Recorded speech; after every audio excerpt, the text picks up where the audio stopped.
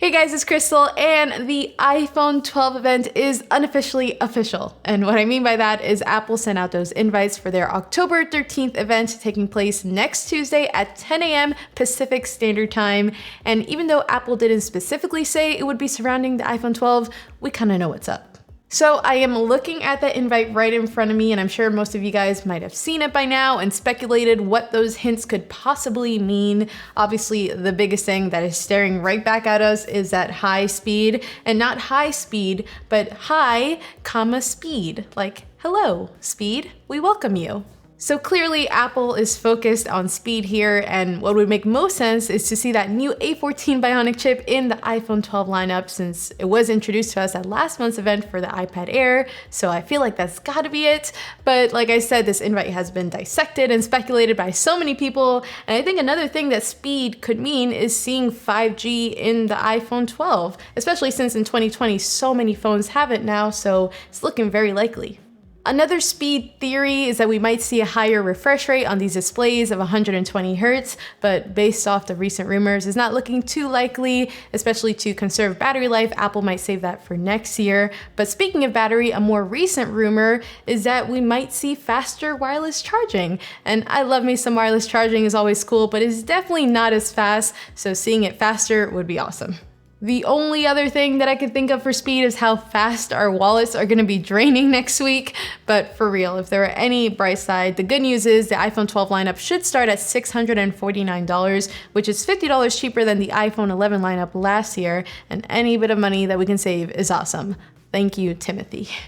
Now, dissecting this invite even further, moving our attention to the top where that Apple logo is, surrounded by those circles, people have speculated this to look like two things. The first being those long-awaited Apple tags, and I'm sorry, my friends, but it looks like people have been saying that this has been pushed to next year, so we'll see with that. But another very exciting thing is mini HomePods. Maybe, hopefully, I'm really hoping for those baby mini HomePods, mini iPhone 12, mini HomePod, mini all the things. People also noticed that Apple removed all their third-party speakers, headphones, and audio products from the website, so this would make sense if they're focusing more on audio, which brings me to another rumored product, the AirPods Studio. The concept renders of these look amazing. They have like a vintage look to them. But once again, this is something that we're most likely not going to see this time around, but seeing something like this from Apple in the future would be amazing. Now let's talk about the colors on this invite. That blue and orange might be new iPhone 12 colors. The blue would make complete sense since it's pretty spot on to that new Apple Watch color, and the orange is giving me lovely fall vibes. I feel like these would be amazing colors to see on the iPhone 12 Pro Max and Pro lineup, but this also gets me really hyped to see all the iPhone 12 and 12 mini colors. Now, you've probably heard me say throughout this video, iPhone 12, iPhone 12 Pro, iPhone 12 mini, and if you're confused on what the heck is going on, just to put it simply, it's looking like they're gonna break it into two sets, iPhone 12 mini and iPhone 12, and then iPhone 12 Pro and iPhone 12 Pro Max. So sitting here editing got me thinking about those phone sizes and which one I would personally gravitate towards. I always like a bigger phone, but gotta say the iPhone 12 mini size is really exciting, especially because it's pretty much the size of an iPhone SE, but without that top and bottom bezel. So it'll fit in my hand really nice and would be cool to try out. So we'll see. But beyond that, also got me thinking Touch ID. We might see Touch ID like we saw on the iPad Air on the top button, might be on the side, so it'll be super easy to unlock your phone.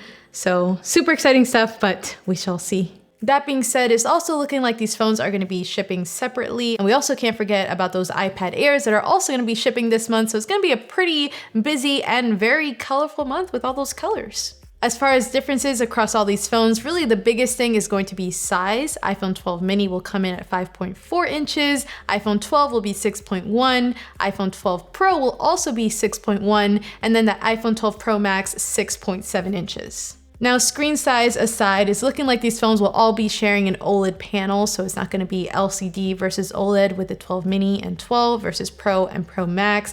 And along with that, they also will be sharing that A14 Bionic chip, like I said, so performance-wise, we won't see any differences there. The Pro lineup might have more RAM and some other differences with Pro versus non-Pro. I would assume 2 cameras on the iPhone 12 and 12 mini and 3 on the Pro and Pro Max. And the Pro might also have a LiDAR scanner and 5x optical zoom. So if you care about the camera, that might be the phone for you. Now, one more potential advantage with the iPhone 12 Pro lineup is another flavor of 5G, millimeter wave. And I wouldn't let that determine which phone you pick up since it's not readily available here in the United States, but it is something to keep in mind.